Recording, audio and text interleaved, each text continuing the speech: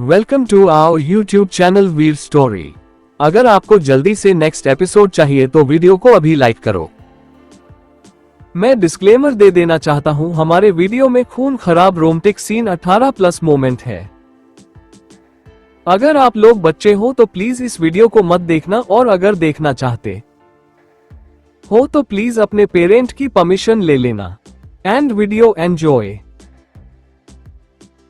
207 आखिरी कदम।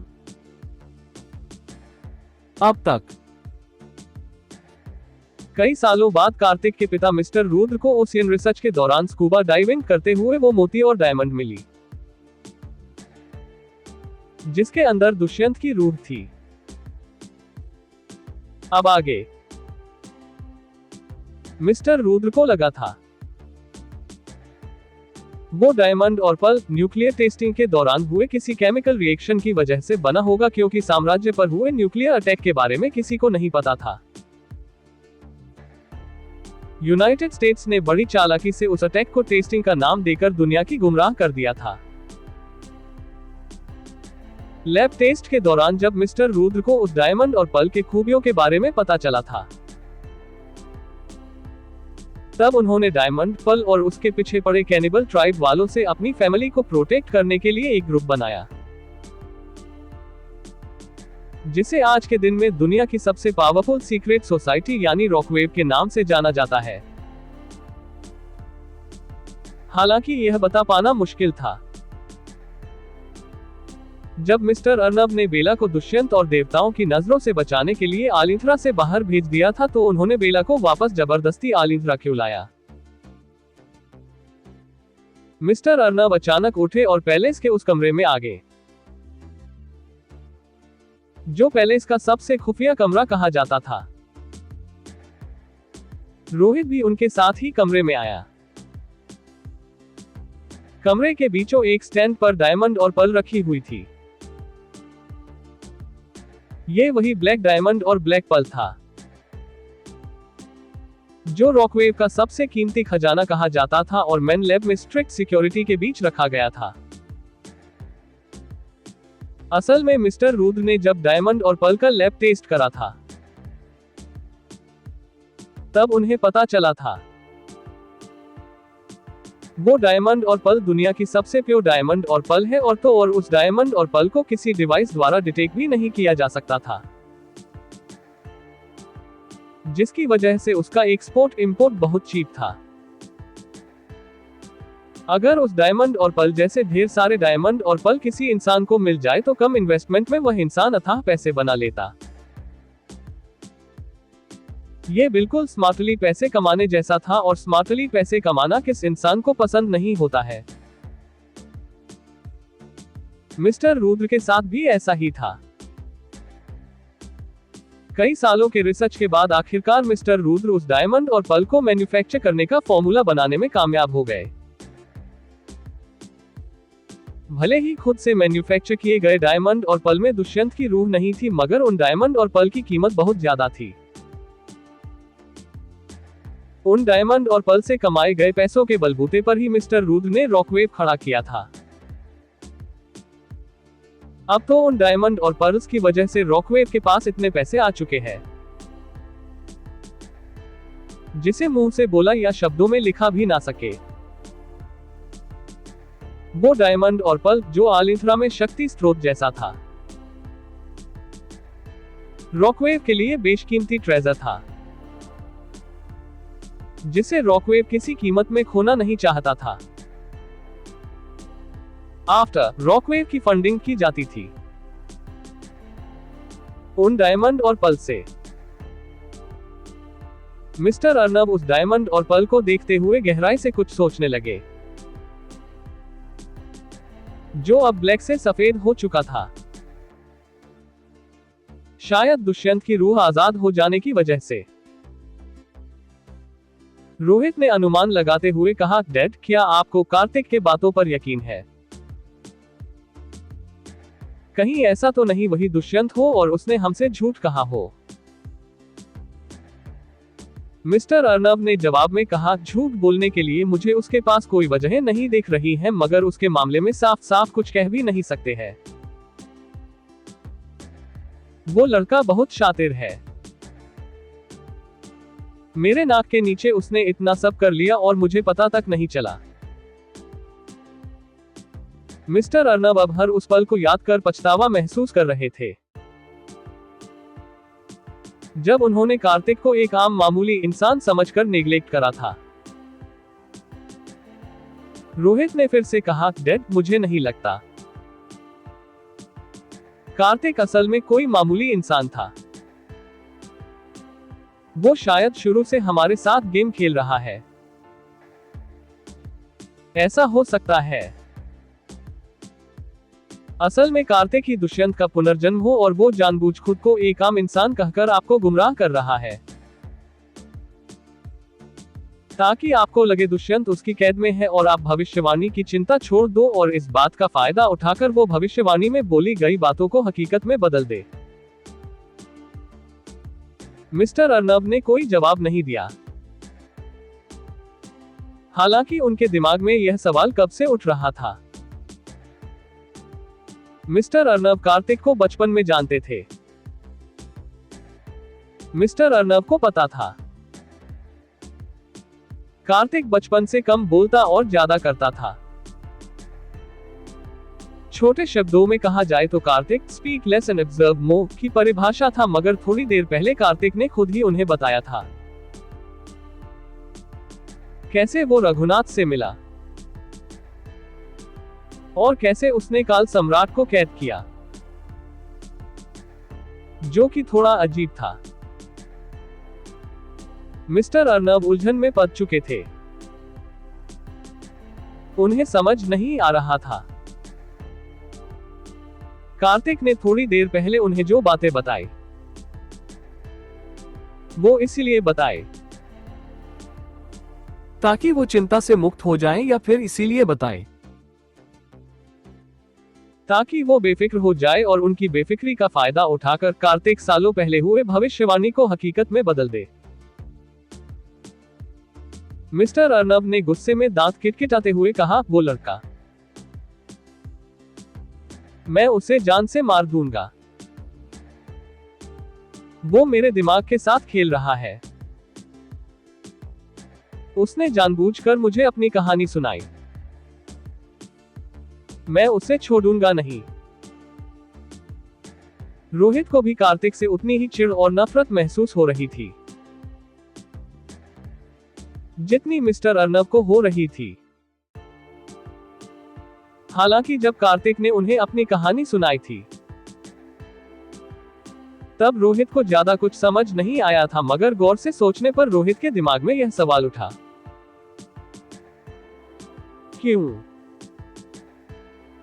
क्यों कार्तिक उन्हें बताएगा उसने काल सम्राट की शक्तियां कैसे हासिल की। आफ्टर ऑल उन लोगों ने उतना डिटेल में कार्तिक से पूछा नहीं था जितना डिटेल में कार्तिक ने उन्हें बताया था। रोहित ने इसकी टेंट की तरफ इशारा करते हुए पूछा, डैड, इस हीरे और मोती का क्या करना है? अब तो ये किसी काम का नहीं है। मिस्टर अर्नब ने जवाब में कहा, यादों के लिए इन्हें संभाल कर रखो और तैयारियां शुरू करो। मैं अब वो आखिरी कदम उठाऊंगा जिससे भविष्यवाणी का डर ही हमारे जहन से पूरी तरह खत्म हो जाएगा। मिस्टर अर्नब की बात सुनते ही रोहित के चेहरे का रंग उठ गया। उसकी आंखों में झिझक और अजीब से भाव नजर आने लगे थे, मानो वो मिस्टर अर्नब की बातों से सहमत ना हो। रोहित ने अपने होठ अलगाए। वो कुछ कहना चाहता था, मगर अंत उसने अपने शब्दों की निगल लिया। भले ही रोहित मिस्टर अर्नब का गोद लिया हुआ बेटा था, मगर रोहित कभी भी उनके किसी एक्शन पर सवाल नहीं उठाता था। छोटे शब्दों में कहे तो रोहित मिस्टर अर्नब के वफादार आदमी जैसा था,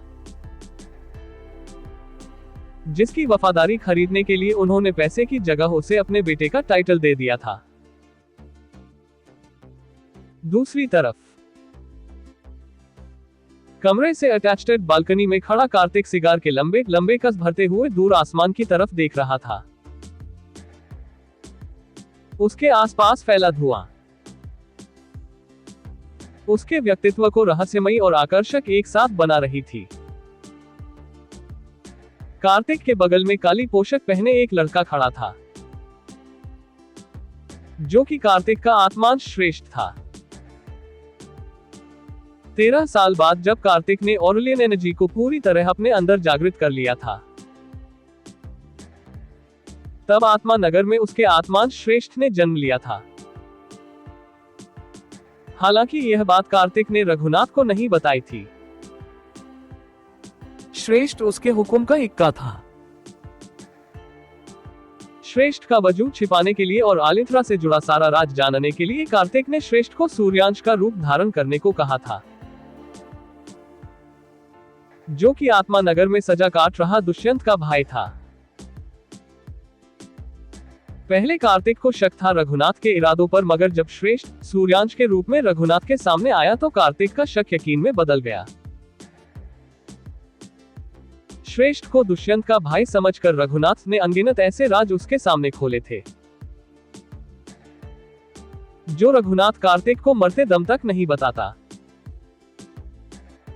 श्रेष्ठ ने सर झुकाकर कहा, मेरे प्रभु, आपने जैसा सोचा था वैसा ही हो रहा है। देवता उस आखिरी कदम को उठाने की तैयारी में जुट गए हैं। श्रेष्ठ की बात सुनकर कार्तिक के होठों के कोने मुड़ गए। आखिर वो यही तो चाहता था। कार्तिक ने कहा, जाओ जाकर उस रघुनाथ को भी उसी कैदखाने में डाल दो जहां उसका मालिक है। अब वो मेरे किसी काम का नहीं रहा। श्रेष्ठ ने जवाब में कहा, जैसी आपकी इच्छा मेरे प्रभु। श्रेष्ठ हर बार की तरह काले धुएं में बदलकर हवा में कहीं गायब हो गया। सिगार खत्म करने के बाद कार्तिक पलटा। बेला बालकनी के दरवाजे से टिककर उसे ही देख रही थी। कार्तिक ने सिगार का बट एस्ट्रे में स्मैश करते हुए कहा, वाइफी, चलो चलकर तुम्हारे डैड के साथ ब्रेकफास्ट करते हैं। बेला ने जवाब में कहा, वो तो हम चलेंगे ही, मगर तुम इन दिनों कुछ ज्यादा ही स्मोक नहीं करने लगे हो।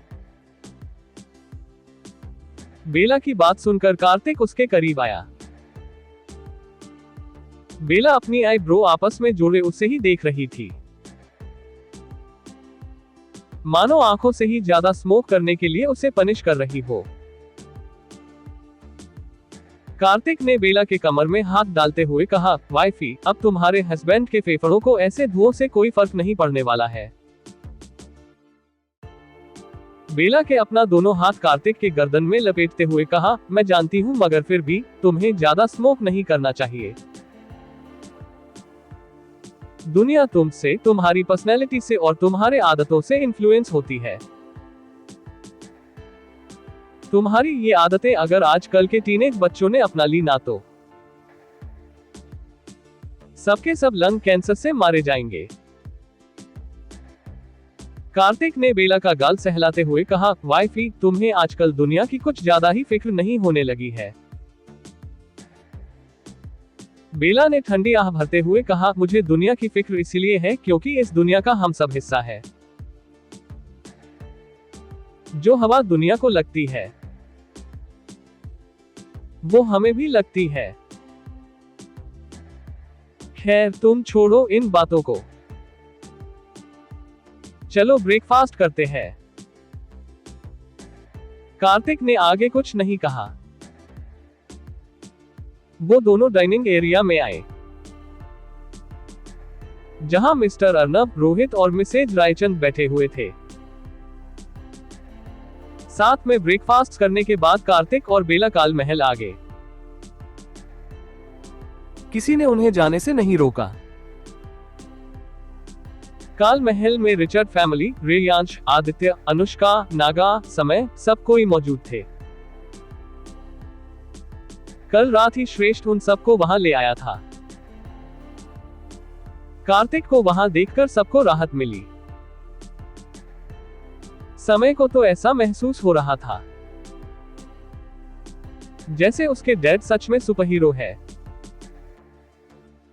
जिनके कंट्रोल में पूरी दुनिया होती है। बेला सबसे मिली,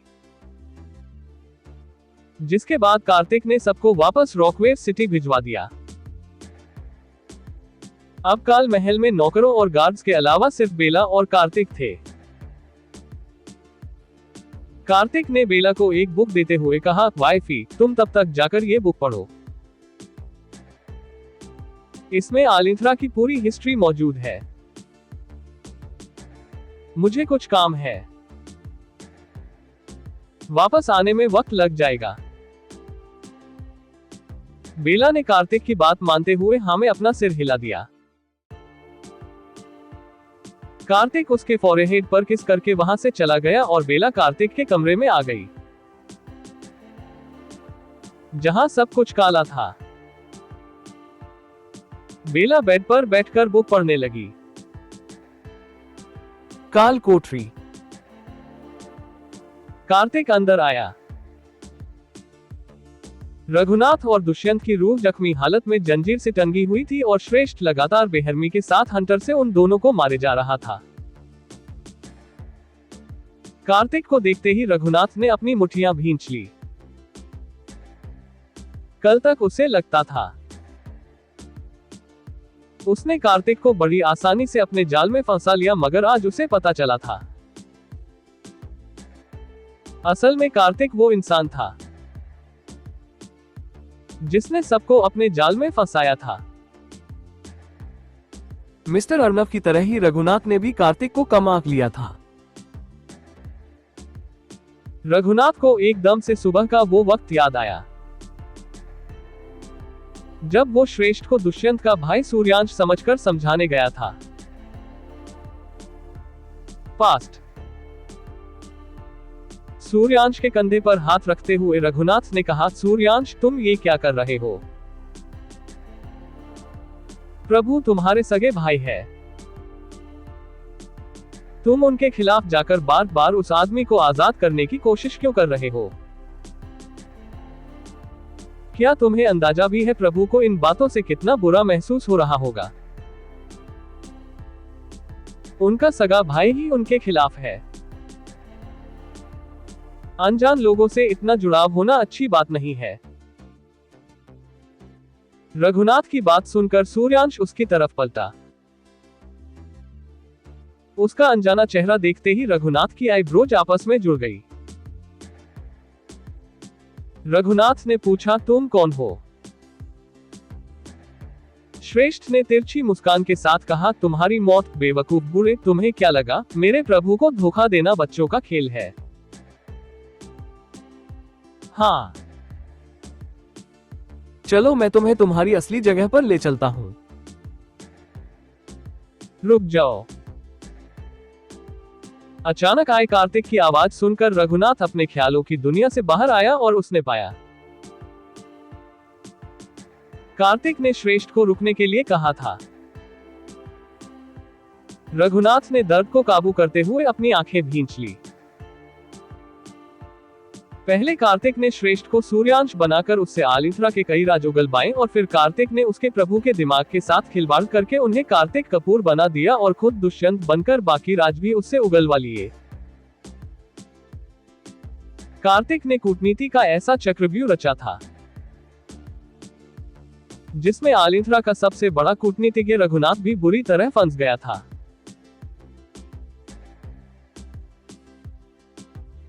आगे क्या होगा? कौन सा कदम उठाने वाले हैं मिस्टर अर्नब?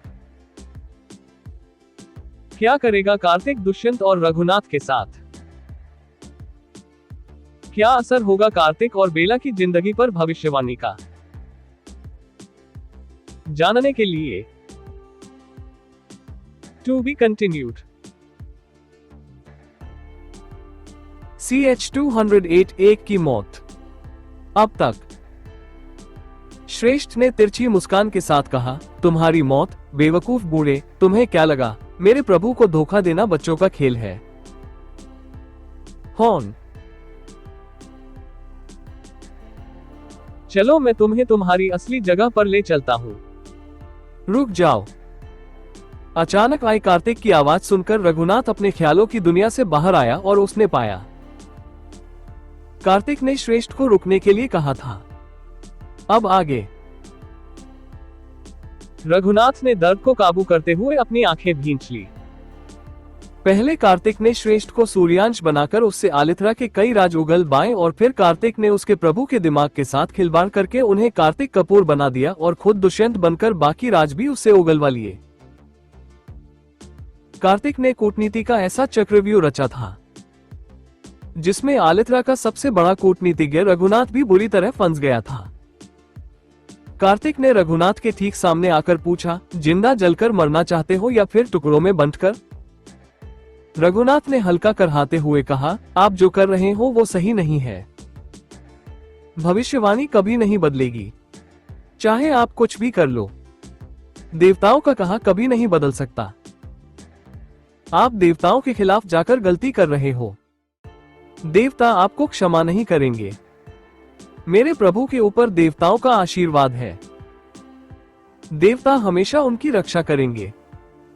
रघुनाथ की बात सुनकर भी कार्तिक के चार्मिंग में कोई बदलाव नहीं आया। उसने आराम से दुष्यंत के रूह की तरफ देखा, जो अपने होश में नहीं था। कार्तिक ने जानबूझकर दुष्यंत के दिमाग के साथ खिलवाड़ करा था ताकि दुष्यंत उसके जैसा बर्ताव करने लगे और रघुनाथ को लगे दुष्यंत कार्तिक है और कार्तिक दुष्यंत है। कार्तिक ने ऐसा जानकारी हासिल करने के लिए किया था। पहले आलित्रा के बारे में कार्तिक कुछ नहीं जानता था और रघुनाथ भी पहले उसे उतना ही बताता था जितना उसका मन होता था। राज की बातें और भविष्यवाणी के बारे में रघुनाथ कार्तिक को नहीं बताया था। हालांकि जब कार्तिक दुष्यंत बनकर रघुनाथ के सामने आया, तब रघुनाथ ने किसी तोते कार्तिक के सामने आलित्रा से जुड़े सारे राज खोल दिए, जो जानना कार्तिक का मकसद था। कार्तिक ने अपने पैंट के पॉकेट में हाथ डालते हुए कहा, कोई बेवकूफ पेड़ मेरी वाइफी का फ्यूचर डिसाइड नहीं करेगा। मेरी वाइफी सिर्फ मेरी है।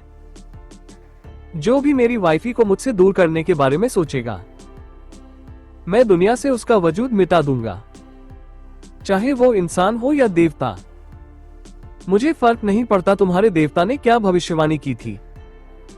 अगर मैं अपनी वाइफी के लिए एक आम जिंदगी से यहां तक आ सकता हूं तो मैं उस देवता को भी खत्म कर सकता हूं जो मेरी वाइफी का नाम किसी दूसरे के साथ जोड़ने की हिम्मत करेगा। कार्तिक की बातें सुनकर रघुनाथ हक्का बक्का रह गया। हालांकि रघुनाथ कहीं ना कहीं जानता था कार्तिक बेला के लिए पागल था।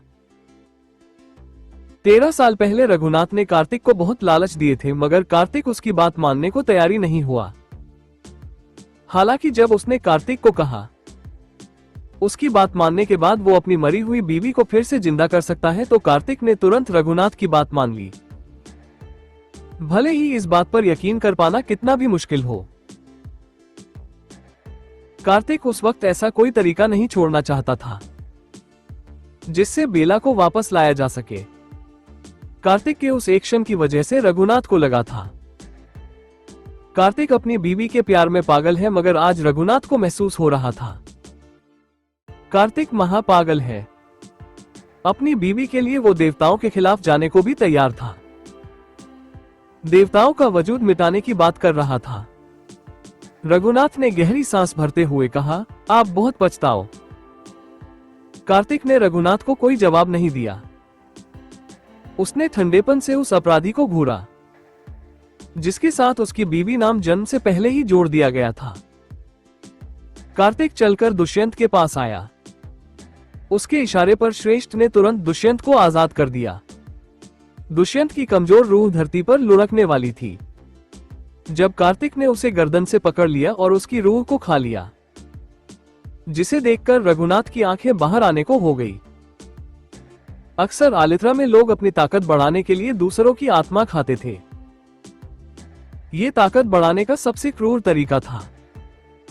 हालांकि रघुनाथ ने यह कभी नहीं सोचा था कार्तिक उस इंसान की आत्मा खा जाएगा जिसके ऊपर देवताओं का आशीर्वाद था।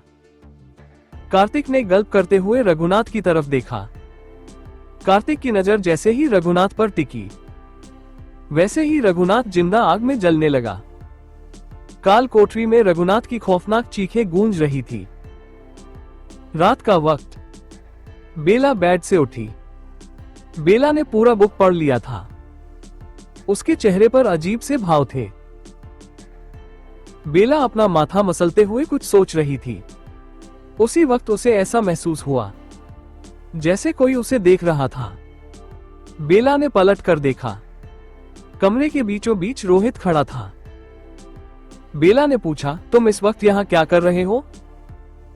रोहित ने कहा, डैड तुमसे मिलना चाहते हैं, मेरे साथ घर चलो। बेला ने रोहित को नजरअंदाज करते हुए कहा, मैं उनसे नहीं मिलना चाहती हूं। जाओ जाकर उनसे कह देना। रोहित ने गहरी सांस लेकर कहा, तुम बहुत जिद्दी हो। शायद इसीलिए डैड ने मुझे ऐसा कहने को कहा। खैर, अगर तुम मेरे साथ घर नहीं चलोगी तो डैड ने कहा है वो तुम्हारी मॉम को जान से मार देंगे। अब फैसला तुम्हारे हाथ में है। तुम्हें मेरे साथ घर चलना है या नहीं?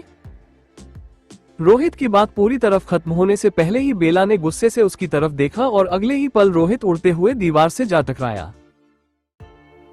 इम्पैक्ट की वजह से उसकी कुछ हड्डियां टूट गई थी।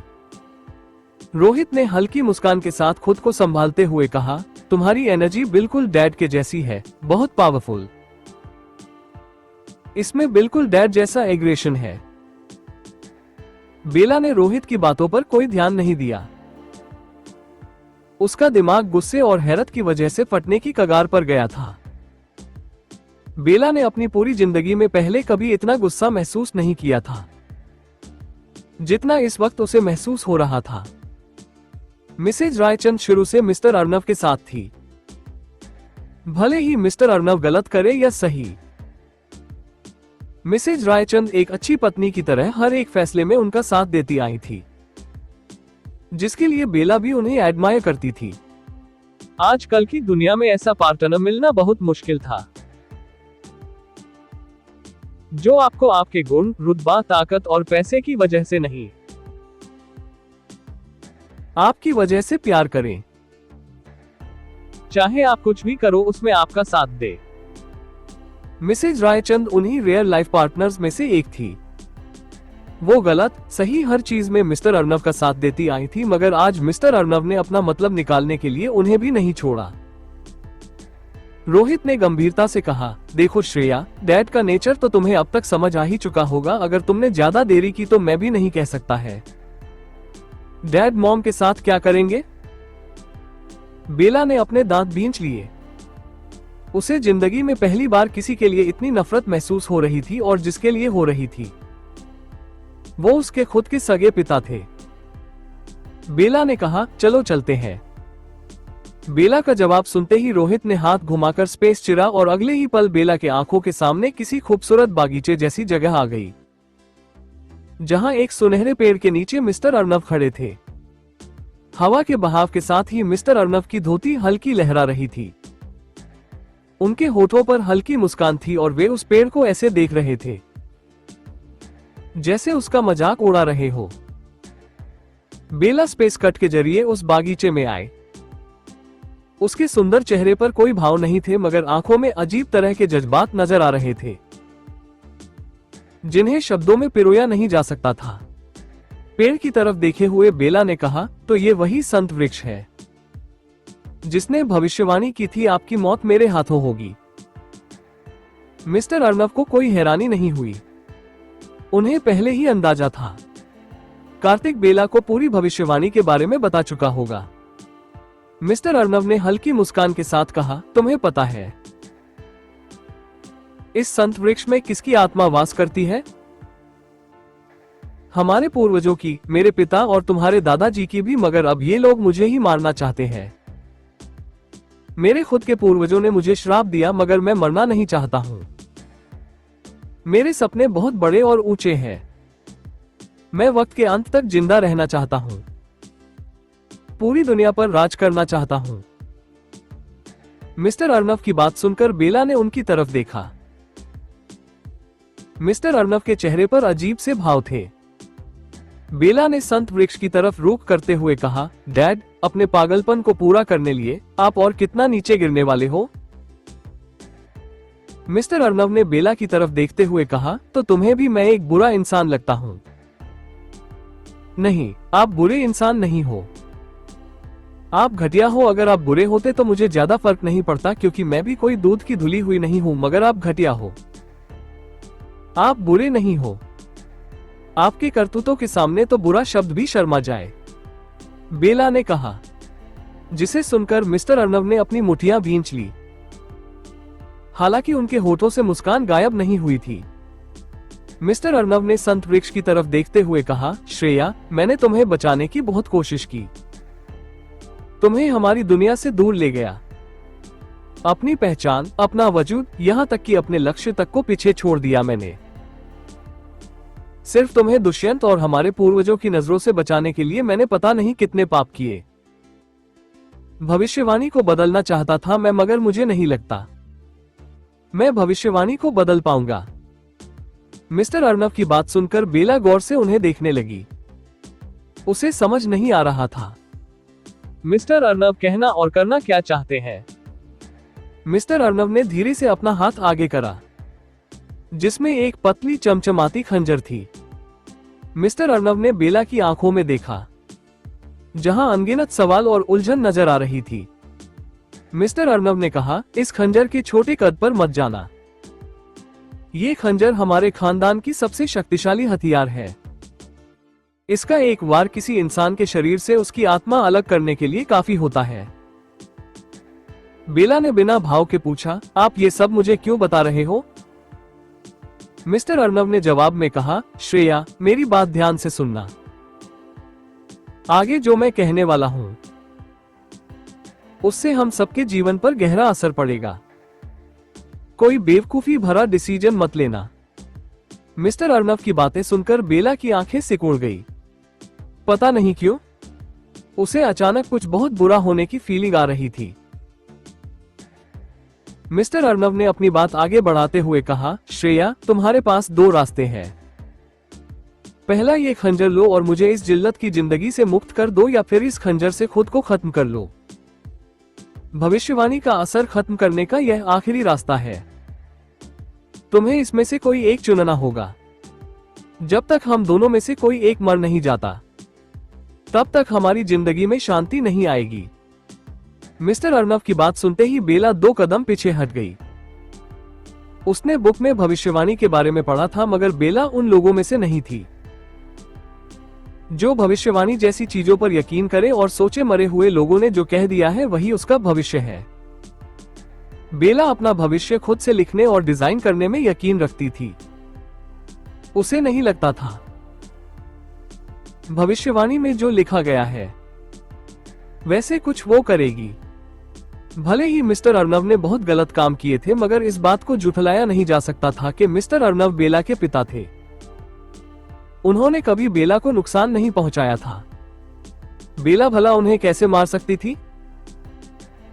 हाँ, बेला उन्हें बुरा भला जरूर कह सकती थी, मगर उनका कत्ल वो नहीं कर सकती थी। वो कैसे अपने पिता को मार देती? बेला ने कहा, डैड, आपको जो करना है कीजिए, मगर मैं आपके इन पागलपन भरे बातों में ना यकीन रखती हूँ और ना ही मैं ऐसा कुछ करूंगी। जैसा आप चाहते हो। बेला की बात सुनकर मिस्टर अर्नव ने अपनी आंखें बंद कर ली। उनकी पकड़ खंजर पर कस चुकी थी। बेला उन्हें नजरअंदाज करते हुए वहां से जाने लगा, मगर उसी वक्त मिस्टर अर्नव ने कुछ ऐसा किया जिसे देखकर बेला हक्की बक्की रह गई। मिस्टर अर्नव की खंजर बेला के गर्दन पर थी और मिस्टर अर्नव बेला के ठीक पीछे खड़े थे। बेला हल्का हिलाती और उसका सर धड़ से अलग हो जाता। बेला ने अपनी मुठियां भींच ली, मगर कहा कुछ नहीं। मिस्टर अर्नव ने बेला के कान में झुककर कहा, श्रेया, मैं तुमसे बहुत प्यार करता हूं, मगर मेरी जान मुझे इस दुनिया में सबसे ज्यादा प्यारी है। मैं मरना नहीं चाहता हूं। अपने डैड के लिए तुम्हें अपना बलिदान देना ही होगा। बेला ने अपनी आंख बंद करते हुए कहा, तो थोड़ी देर पहले आपने जो कहा वो सब बस एक फरेब था। आपने असल में मुझे यहाँ इसीलिए बुलाया है क्योंकि आप मुझे मारना चाहते हो। मिस्टर अर्नव ने बेला के बाल पर किस करके कहा, तुम बहुत समझदार हो। अपने बच्चों की चिंता मत करना, मैं उन सबका ख्याल रखूंगा। बेला ने कोई जवाब नहीं दिया, मगर बंद पलकों के अंदर उसकी आंखें हल्की नम हो गई थी। हालांकि ऐसा धोखे की वजह से हुआ था या फिर किसी और वजह से, बता पाना मुश्किल था। मिस्टर अर्नव ने खंजर की नोक बेला के गर्दन में चुभो दिया, मगर खंजर बेला के स्किन के अंदर जा पाती। उससे पहले ही बेला ने हल्की मूवमेंट के साथ मिस्टर अर्नव की कलाई पकड़ ली और जो खंजर मिस्टर अर्नव बेला के गर्दन में घुसाना चाहते थे, वो बेला ने मिस्टर अर्नव के गर्दन में घुसा दिया। मिस्टर अर्नव दर्द से छटपटाते हुए जमीन पर गिर पड़े। उनके मुंह से खून का फव्वारा ऐसे निकल रहा था जैसे कोई जानबूझकर उनका सीना पंप करते हुए खून बाहर निकाल रहा हो। बेला घुटनों के बल मिस्टर अर्नव के बगल में बैठ गई। मिस्टर अर्नव के आंखों में आंसू और होठों पर हल्की मुस्कान थी। उन्हें देखकर ऐसा लग रहा था मानो उन्हें दर्द और खुशी दोनों एक साथ महसूस हो रही हो। बेला ने धीमे स्वर में कहा, अपने मुझे ऐसा करने पर मजबूर किया डैड। मिस्टर अर्नव ने मुस्कुराते हुए उखड़ी हुई आवाज में कहा, मैं जानता हूं, और अगर तुम मुझे नहीं मारती तो मैं सच में तुम्हें मार देता। बेला ने अपनी आंखें मिचते हुए कहा, अब तो झूठ बोलना बंद कीजिए डैड, मैं जानती हूं आपने ये सब जानबूझकर किया। आपने जानबूझकर खुद को मुझे मारने दिया। शुरू से लेकर अब तक आपका यही मकसद था, है ना? मैं सही कह रही हूँ ना? हम दोनों में से किसी एक का मरना जरूरी था और आप हमेशा से चाहते थे मैं आपको मार दूं। शुरू से लेकर अब तक जो कुछ भी हुआ, आपने सब जानबूझकर किया, खुद मेरी नजरों में गिराया, ताकि मैं ऐसा करने के बाद पछतावा महसूस ना करूं। आप इतने बुरे कैसे हो सकते हो डैड? आगे क्या होगा? क्या बेला का अनुमान सही है? जानने के लिए To be continued. Chapter 209 The End. अब तक मिस्टर अर्नव के आंखों में आंसू और होठों पर हल्की मुस्कान थी। उन्हें देखकर ऐसा लग रहा था मानो उन्हें दर्द और खुशी दोनों एक साथ महसूस हो रही हो। बेला ने धीमे स्वर में कहा, अपने मुझे ऐसा करने पर मजबूर किया डैड। अब आगे मिस्टर अर्नव ने मुस्कुराते हुए उखड़ी हुई आवाज में कहा, मैं जानता हूं, और अगर तुम मुझे नहीं मारती तो मैं सच में तुम्हें मार देता।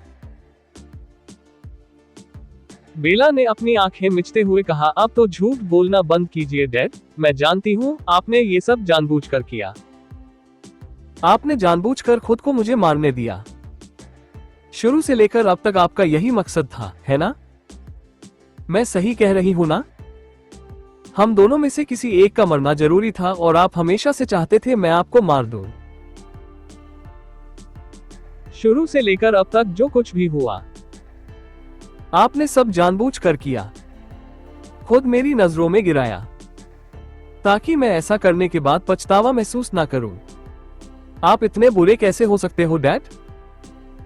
मिस्टर अर्नव ने जवाब में कुछ कहने के लिए मुंह खोला, मगर शब्द के बजाय उनके मुंह से खून का फव्वारा फूट पड़ा। नहीं नहीं नहीं, आपको कुछ नहीं होगा, मैं होने नहीं दूंगी। आप ठीक हो जाओगे। डैड, मेरी तरफ देखो। आंखें मत बंद करना, मैं आपको ठीक कर दूंगी। बेला ने जल्दी से मिस्टर अर्नव के जख्म पर हाथ रखा। वो उन जख्मों को भरना चाहती थी, मगर उसकी शक्तियों का मिस्टर अर्नव के जख्मों पर कोई असर नहीं हुआ। लाख कोशिश करने के बावजूद बेला मिस्टर अर्नव के जख्म भर नहीं पा रही थी। बेला की सांसें अस्थिर हो गईं। उसका दिल डर और घबराहट की वजह से ऐसे कूदने लगा था जैसे मानो उसका सीना फाड़कर कभी भी शरीर से बाहर आ जाएगी। मिस्टर अर्नव ने बेला का हाथ झटकते हुए कहा, तुम मुझे ठीक क्यों करना चाहती हो? भूलो मत, मैं तुम्हें जान से मारना चाहता था। अगर वक्त रहते तुमने खुद को नहीं बचाया होता तो अभी मेरी जगह तुम होती। मिस्टर अर्नव की बात सुनकर बेला आवक नजरों से उनकी तरफ देखने लगी। उसके आंखों में जमे आंसू झड़ने के पानी की भांति गिरने लगे थे। बेला को ना ही अपने आप पर यकीन हो रहा था और ना ही मिस्टर अर्नव पर। हाँ, 2 मिनट पहले तक बेला ने मन में मिस्टर अर्नब की इमेज बहुत ज्यादा खराब थी, मगर जब उसने मिस्टर के हाथ से खंजर लिया था तब बेला का सर भ्रम दूर हो गया था। मिस्टर अर्नब ने जानबूझकर खंजर पर अपनी पकड़ ढीली रखी थी ताकि बेला आसानी से खंजर लेकर उन्हें मार सके। हालांकि जब तक ये बात बेला को समझ आई तब तक बहुत देर हो चुकी थी। उसके हाथों ने फुर्ती से खंजर मिस्टर अर्नब के गले में उतार दिया था। बेला ने हताशा से मिस्टर अर्नब के सीने पर सर रख लिया और वो जिंदगी में पहली बार फफक कर रोने लगी। वो अपना सुध बुध खो चुकी थी। उसे यकीन नहीं हो रहा था। उसने अपने हाथों से अपने पिता का कत्ल कर दिया। उस पिता का जिन्होंने उसे बचाने के लिए इतना कुछ किया था। कुछ ही पलों में मिस्टर अर्नब के प्राण ने उनका शरीर त्याग दिया, जिसका बेला को होश तक नहीं रहा था। वो बस उनके सीने पर सर रखे लगातार रोए जा रही थी। दूर खड़ा रोहित खामोशी से ये सब देख रहा था। उसे पहले से पता था मिस्टर अर्नब ऐसा कुछ करने वाले हैं, मगर वो चाह कर भी उन्हें रोक नहीं पाया। रोहित अच्छे से जानता था मिस्टर अर्नब और बेला में किसी का मरना जरूरी था, वरना कोई कभी खुश नहीं रह पाता। हालांकि ये बात अगल थी। खुश अब भी कोई नहीं रहने वाला था। बेला के हिलते कंधे पर अचानक किसी ने हाथ रखा। बेला ने धीरे से सर घुमाकर आंसू भरी नजरों से पीछे देखा, जहां एक बूढ़ा सफेद दाढ़ी वाला आदमी खड़ा था। उस आदमी ने पूरी तरह सफेद वस्त्र पहन रखा था और उसकी शक्ल मिस्टर अर्नब से काफी मिलती जुलती थी। उसके आस पास एक अलग किस्म की सफेद आभा मौजूद थी, जिसमें दिव्यता था। बेला एक नजर में ही उस इंसान को पहचान गई। वो मिस्टर अर्नब के पिता मृत्युंजय शाही की रूह थी। बेला ने उनकी तस्वीर देवता पैलेस में देखी थी। बेला ने अपनी मुट्ठियां भींचते हुए कहा, आप लोगों ने मेरे डैड को ये सब करने पर मजबूर किया। मृत्युंजय शाही ने जवाब में कहा, श्रेया, मैं तुम्हारी हालत समझ सकता हूं। अर्नब मेरा बेटा था। उसकी मौत का दुख मुझे भी है, मगर उसका मरना जरूरी था। भूलो मत अर्नब ने पहले क्या क्या किया है। भले ही तुम उसकी बेटी हो, अर्नब तुमसे प्यार करता था, इसीलिए उसने ये बलिदान दिया। मगर जरा सोचो, अगर तुम्हारी जगह कोई और लड़की होती तो तुम्हारा बाप उसके साथ क्या करता। इंसानों को माफी और मौका दिया जाता है श्रेया, देवताओं के वंशज को नहीं। अगर भविष्य में तुम भी अर्नब जैसी कोई गलती करोगी तो तुम्हें भी सजा मिलेगी, चाहे तुम मेरी पोती ही क्यों ना हो। मैं तुम्हें सजा देने से पीछे नहीं हटूंगा, और तब तो बिल्कुल भी नहीं जब तुम मेरा इस्तेमाल करके किसी को धोखा दो। मृत्युंजय शाही की बात सुनकर बेला ने अपने होंठ भींच लिए। वो समझती थी कहीं ना कहीं उसके दादाजी सही कह रहे हैं। मिस्टर अर्नब भले ही बेला के लिए अच्छे थे, मगर उन्होंने कुछ ऐसे घिनौने काम भी किए थे जिसे नजरअंदाज नहीं किया जा सकता था, खासकर तब जब उन्हें देवता जैसी उपाधि मिली हो। बेला ने मृत्युंजय शाही से अपनी नजरें फेर ली। वो हताश और नम नजरों से मिस्टर अर्नब के मृत शरीर को देखने लगी थी, जो धीरे धीरे सफेद तितली में बदलती जा रही थी। पलक झपकते ही मिस्टर अर्नब का पूरा शरीर असंख्य तितलियों में बदल गई और संत वृक्ष की डालियों से लिपट कर उसका एक हिस्सा बन गई। मृत्युंजय शाही ने बेला के सर पर प्यार से हाथ फेरा और कहा, आज मैं तुम्हें और आलित्रा को 70 साल पहले हुई भविष्यवाणी से मुक्त करता हूं। आशा है तुम भविष्य में अर्नब जैसी कोई गलती नहीं करोगी। बेला ने कोई जवाब नहीं दिया। वो बुद्ध बनी हताश नजरों से खाली जमीन को घूर रही थी। असल में मुद्दा दुष्यंत के साथ हुआ धोखा या फिर उसकी मौत नहीं थी। दुष्यंत भी कोई दूध का धुला हुआ इंसान नहीं था। दरअसल कालकूप और देवभूमि का बंटवारा ही अच्छे बुरे के तराजू में हुआ था। जिन लोगों का मन साफ था उन्हें देवभूमि में रखा गया था, और जिनके दिल में खोट था उन्हें कालकूप में रखा गया था। भविष्यवाणी और श्राप की असल वजह यह थी कि मिस्टर अर्नब ने अपने पूर्वजों का इस्तेमाल करके दुष्यंत का कत्ल किया था। देवताओं का वंशज होते हुए किसी के पीठ पीछे वार किया था, किसी को धोखा दिया था। मिस्टर अर्नब और अपने आगे आने वाले वंशजों को सबक सिखाने के लिए ही मृत्युंजय शाही और उनके बाकी पूर्वजों ने भविष्यवाणी की थी और मिस्टर अर्नब की श्राप दिया था। हालांकि अब जब मिस्टर अर्नब जिंदा ही नहीं रहे थे तो भविष्यवाणी और श्राप का कोई मतलब ही नहीं बनता था। अब दुष्यंत का पुनर्जन्म हो या ना हो, इससे भी मिस्टर अर्नब के पूर्वजों को फर्क नहीं पड़ता था। वैसे भी कार्तिक ने मिस्टर अर्नब की तरह दुष्यंत को नहीं मारा था। दुष्यंत ने पहले कार्तिक के ऊपर हमला किया था। जवाबी हमला करना या फिर आत्मा रक्षा में किसी का कत्ल करना मृत्युंजय शाही या फिर उनके बाकी पूर्वजों के नजरों में बिल्कुल गलत नहीं था। मृत्युंजय शाही की नजरों में यही बहुत बड़ी बात थी कि एक आम इंसान होने के बावजूद खुद को और अपनी बीवी को प्रोटेक्ट करने के लिए कार्तिक ने इतना कुछ किया था। मृत्युंजय शाही की रूह बेला को कुछ पल तक गौर से देखने के बाद हवा में कहीं गायब हो गई। बेला अकेले संत वृक्ष के नीचे घुटनों के बैठी हुई थी। जब किसी ने उसे अपनी बाहों में उठा लिया, बेला ने अपनी पलकें उठाकर खालीपन से कार्तिक की तरफ देखा, जो शांत नजरों से उसे देख रहा था। बेला ने धीमे स्वर में पूछा, क्या तुम ये सब जानते थे? कार्तिक ने अंगूठे से बेला के गालों पर बने आंसू के निशानों की साफ किया और कहा, अगर मुझे तुम में और तुम्हारे डैड में किसी को चूज करना होगा तो मैं तुम्हें चूज करूंगा, वाइफी। बेला ने आगे कुछ नहीं कहा।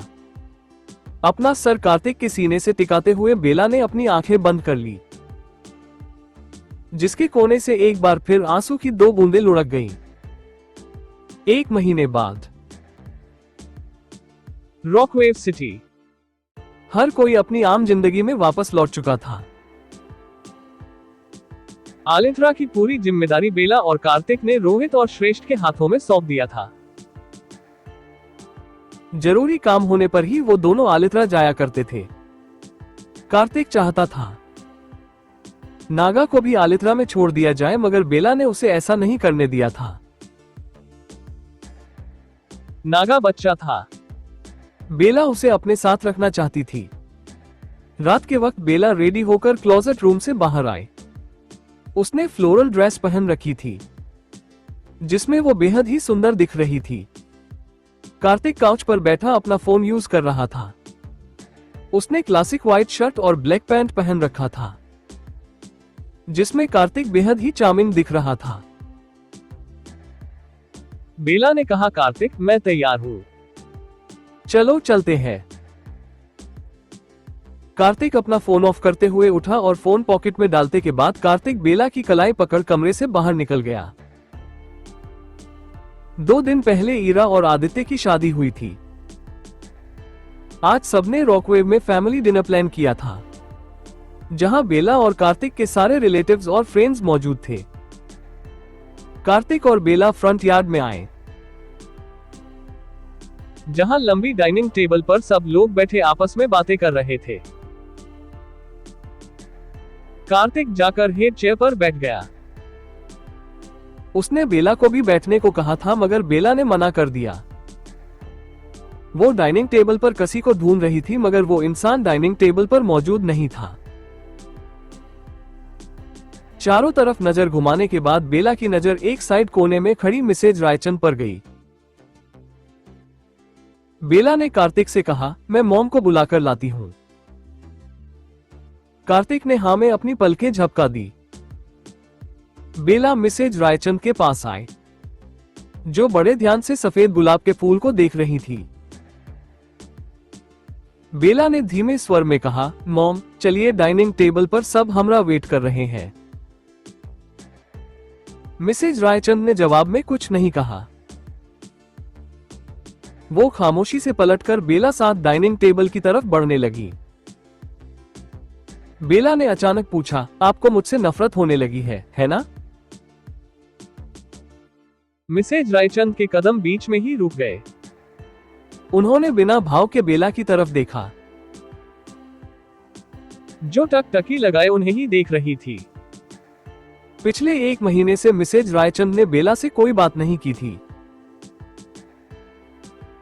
मिसेज रायचंद ने कहा, श्रेया, अगर आज तुम्हारी जगह तुम्हारे पिता मेरे साथ होते और तुम नहीं होती तो मैं उनसे नफरत नहीं करती, फिर मैं उनके ना होने पर तुमसे नफरत कैसे कर सकती हूँ? मुझे मालूम है, जो नियति में लिखा था वो होगा ही। मैंने पहले ही इस दिन के लिए खुद को तैयार कर लिया था। मैं तुमसे नफरत नहीं करती हूं, मगर यह कहना भी गलत होगा। मैं तुमसे पहले की तरह प्यार करती हूं। बेहतर होगा आज के बाद हम एक दूसरे से बात ना करें। इससे मेरे जख्म भी कभी ताजा नहीं होंगे और तुम्हारे भी नहीं। मिसेज रायचंद की बात सुनकर बेला कुछ पल तक उन्हें देखती रही और फिर उसने सहमति में अपना सिर हिला। आगे दोनों में से किसी ने भी एक दूसरे से बात नहीं की। दोनों डाइनिंग टेबल पर आए। हालांकि वहां अब एक ही चेयर खाली थी।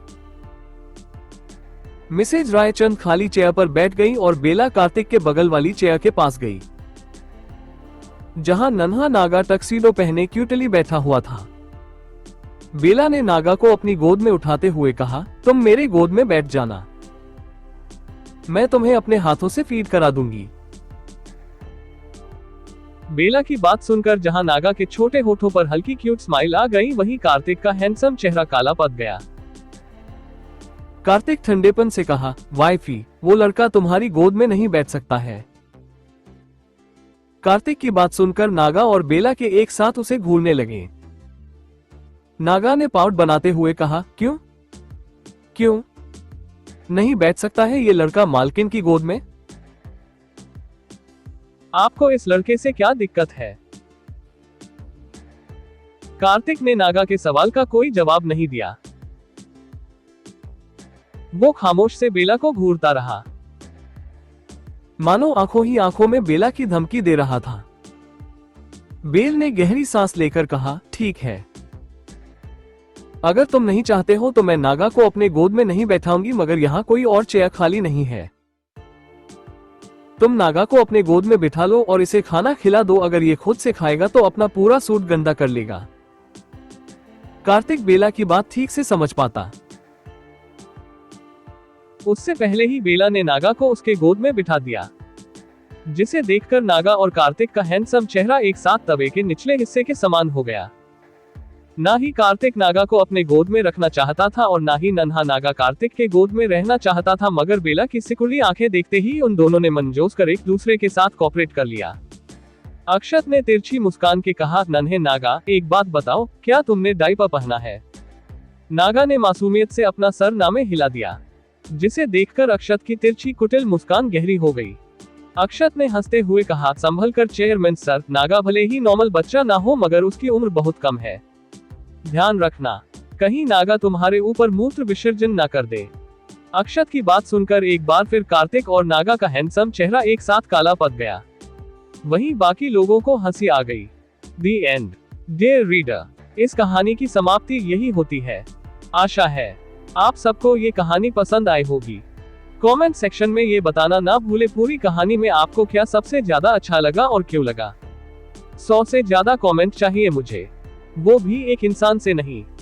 वेल, आई नो इस स्टोरी को मैं और लंबा ले जा सकती थी और इंटरेस्टिंग बना सकती थी, मगर जब पॉकेट नॉवेल वालों ने इंसेंटिव बंद कर दिया तो फालतू का नॉवेल को लंबा खींचना सही नहीं होगा। एक संतोषजनक अंत के साथ आप लोग भी खुश और मैं भी।